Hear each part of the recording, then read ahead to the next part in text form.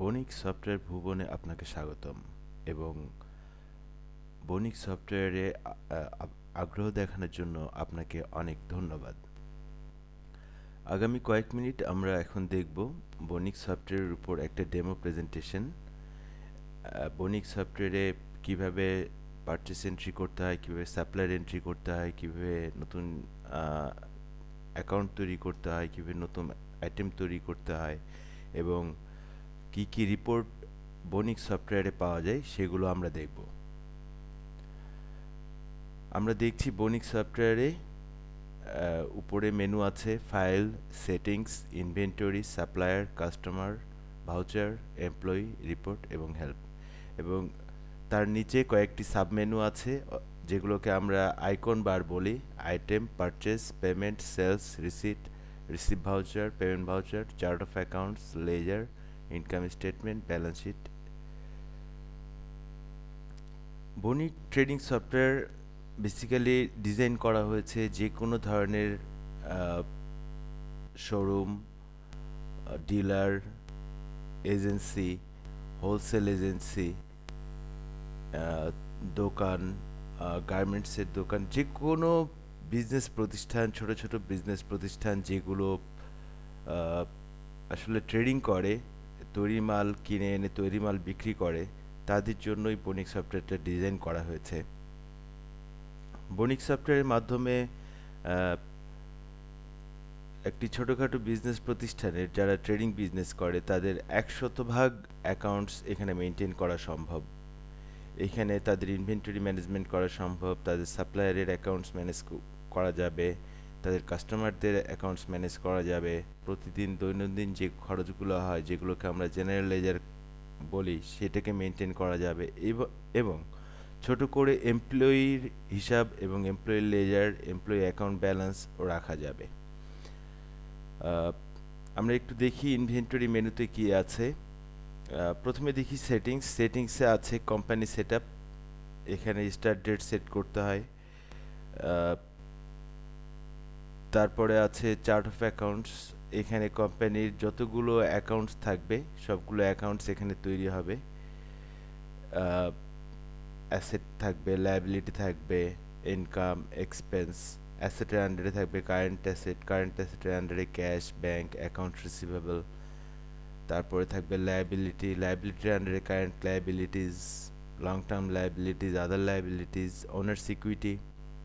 তারপর থাকবে ইনকামের আন্ডারে থাকবে গ্রুপ, তার আন্ডারে থাকবে লেজার। এক্সপেন্সের আন্ডারে থাকবে cost of goods sold, operating expense, other income, other expense. আবার অপারেটিং এক্সপেন্সের আন্ডারে থাকবে office and administrative overhead and marketing and selling overhead, এবং সেগুলোর আন্ডারে জেনারেল লেজার থাকবে। অ্যাকাউন্ট কনফিগারেশন এটা ইউজারদের জন্য খুব একটা দরকার পড়ে না। তারপর থাকছে ক্রিয়েট ডিফল্ট লিস্ট। এখানে আমরা নতুন স্টোর তৈরি করে নিতে পারি, নতুন সাপ্লায়ারের গ্রুপ তৈরি করে নিতে পারি, নতুন কাস্টমার গ্রুপ তৈরি করে নিতে পারি।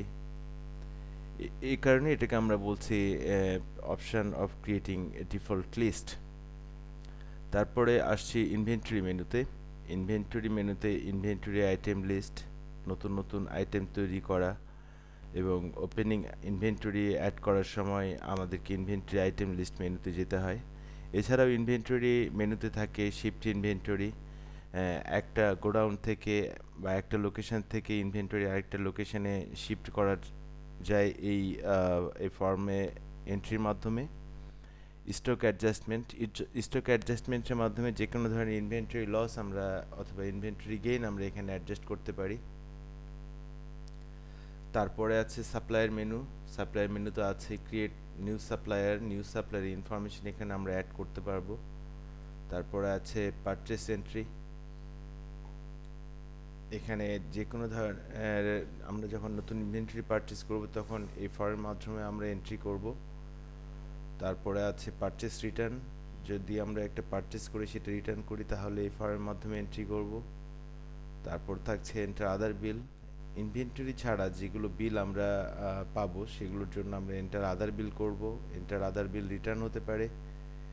তারপরে আমরা বাকিতে যে মালগুলো ক্রয় করি, বাকিতে যে ইনভেন্টরিগুলো পারচেস করি, সেগুলোকে সাপ্লায়ারের অ্যাকাউন্টে জমা থাকে, সেগুলো সাপ্লায়ারকে আমাদেরকে পেমেন্ট করতে হয়, তার জন্য আমরা মেক পেমেন্ট করব। তারপরে আছে রিফান্ড ফ্রম সাপ্লায়ার। সাপ্লায়ার কি কোনো কারণে যদি টাকা রিফান্ড করতে হয়, ইন দ্যাট কেস সাপ্লায়ার যদি আমাদেরকে কোনো কারণে টাকা রিফান্ড করে, in that case receive from supplier, এই এন্ট্রিটা আমরা করব। নেক্সট আমরা দেখছি কাস্টমার মেনু। কাস্টমার মেনুতে আছে নতুন ক্রিয়েট নিউ কাস্টমার, নতুন কাস্টমার ইনফরমেশন, কাস্টমারের নাম, customer group, contact person, address. তারপর থাকছে সেলস এন্ট্রি। এখানে ক্যাশ সেলস এন্ট্রি করা যাবে, ক্রেডিট সেলস এন্ট্রি করা যাবে। তারপর থাকছে সেলস রিটার্ন এন্ট্রি। তারপর থাকছে এন্টার আদার সেলস এন্ট্রি। যেমন ইনভেন্টরি ছাড়া অন্য যে কোনো জিনিস যদি আমরা ক্রেডিটে সেল করি, সেক্ষেত্রে আমরা এন্টার আদার সেলস এন্ট্রিটা করতে পারি। একই রকমভাবে রিটার্ন হলে এন্টার আদার সেলস রিটার্ন। কাস্টমার বাকিতে বিক্রয় করার পরে কাস্টমার থেকে যখন আমরা টাকা রিসিভ করব, তখন আমরা রিসিভ পেমেন্ট এন্ট্রি করব। Receive from customer, group select করব, এখানে কাস্টমার সিলেক্ট করব, কোন অ্যাকাউন্টে টাকা পেলাম সেটা সিলেক্ট করব, এখানে ডেট সিলেক্ট করব, অ্যামাউন্ট সিলেক্ট করব, তারপরে এটা সেভ করে দিব। তাহলে আমাদের টাকাটা ক্যাশে জোগা হয়ে যাবে এবং কাস্টমার অ্যাকাউন্ট থেকে টাকাটা কমে যাবে। ঠিক একইভাবে কাস্টমার রিফান্ড হতে পারে। নেক্সট আমরা দেখব ভাউচার মেনু। ভাউচার মেনু আসলে এটা যে general ledger menu, general ledger অ্যাকাউন্টে যে ট্রানজ্যাকশনগুলো হবে সেগুলো এই এই মেনু দিয়ে আমরা এন্ট্রিগুলো করব। আমরা প্রথমে দেখছি রিসিভ ভাউচার। যে কোনো ধরনের কাস্টমার ছাড়া যে কোনো ধরনের টাকার যদি আমরা রিসিভ করি, সেক্ষেত্রে আমরা রিসিভ ভাউচার এন্ট্রি করব। এখানে রিসিভ অ্যাকাউন্ট সিলেক্ট হবে, এখানে ক্রেডিট অ্যাকাউন্ট সিলেক্ট হবে, অ্যামাউন্ট ডেসক্রিপশন দিয়ে আমরা সেটা সেভ করব। পরে আমরা যে কোনো ধরনের পেমেন্ট, সাপ্লায়ারকে পেমেন্ট ছাড়া যে কোনো ধরনের খরচের পেমেন্ট যদি করি, সেক্ষেত্রে যাতায়াত ভাতা, আপ্যায়ন খরচ, ঘর ভাড়া, বিদ্যুৎ বিল, যে কোনো ধরনের সাপ্লায়ারকে পেমেন্ট ছাড়া যে কোনো ধরনের পেমেন্টের জন্য আমরা পেমেন্ট ভাউচারে এন্ট্রি করব।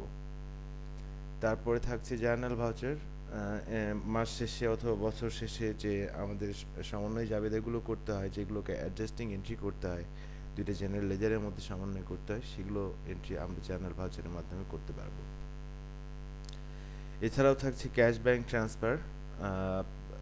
সহজেই যাতে আমরা ক্যাশ থেকে ব্যাংকে, ব্যাংক থেকে ক্যাশে টাকাটা জমা দেওয়ার এন্ট্রিটা করতে পারি, সেই কারণে ক্যাশ ব্যাংক ট্রান্সফার এন্ট্রির ব্যবস্থাটা রাখা হয়েছে। এছাড়া আছে sub accounts adjustment, customer account adjustment, যেমন ব্যাড ডেট বা আদার কোনো কমিশন যদি অ্যাডজাস্ট করতে হয়, সেক্ষেত্রে আমরা কাস্টমার অ্যাকাউন্ট অ্যাডজাস্টমেন্টের মাধ্যমে করতে পারবো। তাছাড়া আছে supplier account adjustment. Supplier account অ্যাডজাস্টমেন্টটা আমরা যদি সাপ্লায়ারের কমিশন বা অন্য কোনো অ্যাকাউন্ট কিছু অ্যাডজাস্ট করতে হয়, সেক্ষেত্রে সাপ্লায়ার অ্যাকাউন্ট অ্যাডজাস্টমেন্ট করতে পারবো।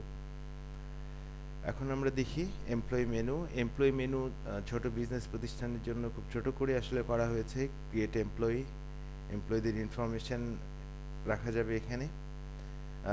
এন্টার মান্থলি স্যালারি, মাস শেষে প্রত্যেকটা এমপ্লয়ির তাদের স্যালারিটা এন্ট্রি করতে হবে মাসের শেষ তারিখে, তাহলে তাদের অ্যাকাউন্টে স্যালারিটা উঠে যাবে এবং পরের মাসে নির্দিষ্ট কোনো সময়ে যখন তাদেরকে স্যালারি পেমেন্ট এন্ট্রিটা দেওয়া হবে, তখন স্যালারি পেমেন্ট এন্ট্রিটা করলে আমরা তাদের লেজারটা পেয়ে যাব।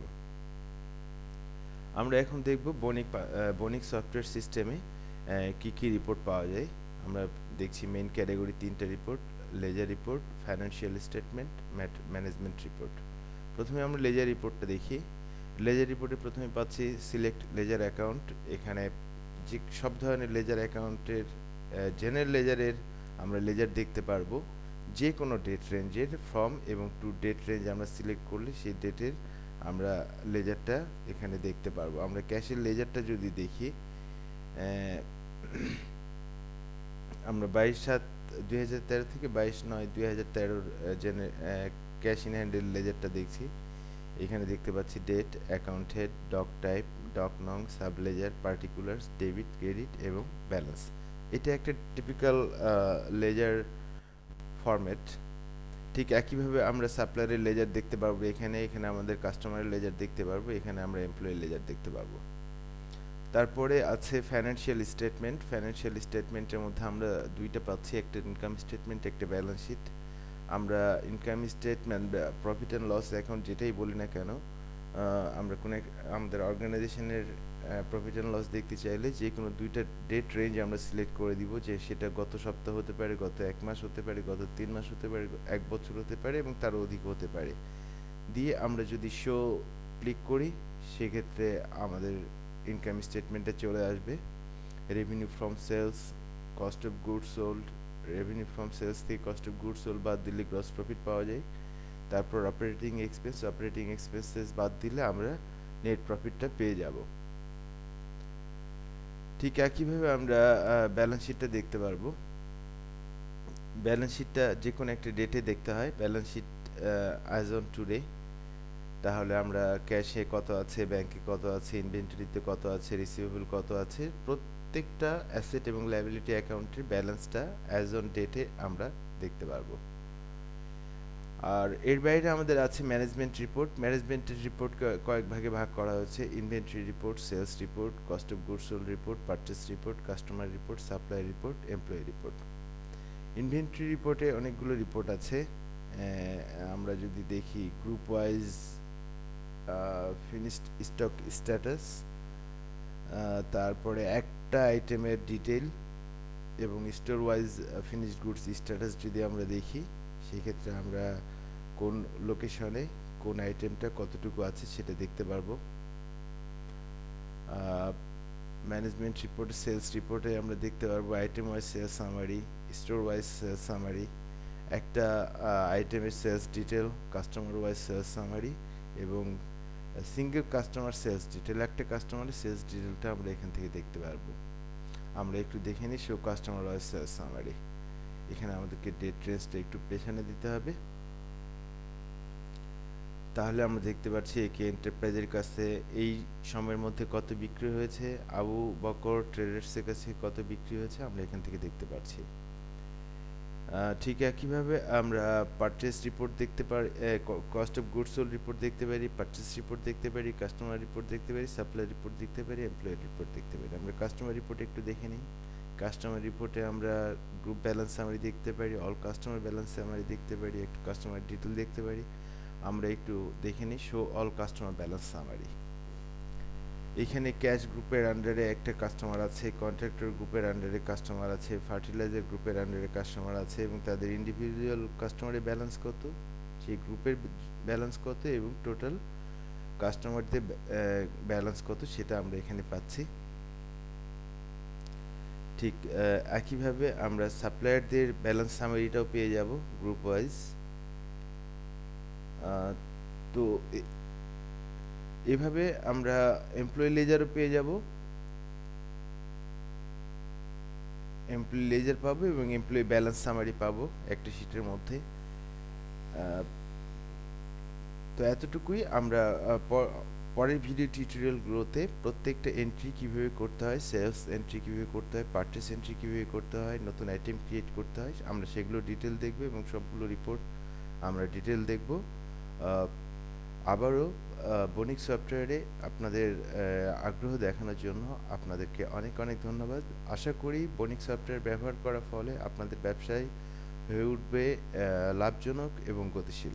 আপনাদের সুস্বাস্থ্য এবং শুভকামনায় আমি আব্দুল্লাহ রাফি এখানে শেষ করছি। ধন্যবাদ।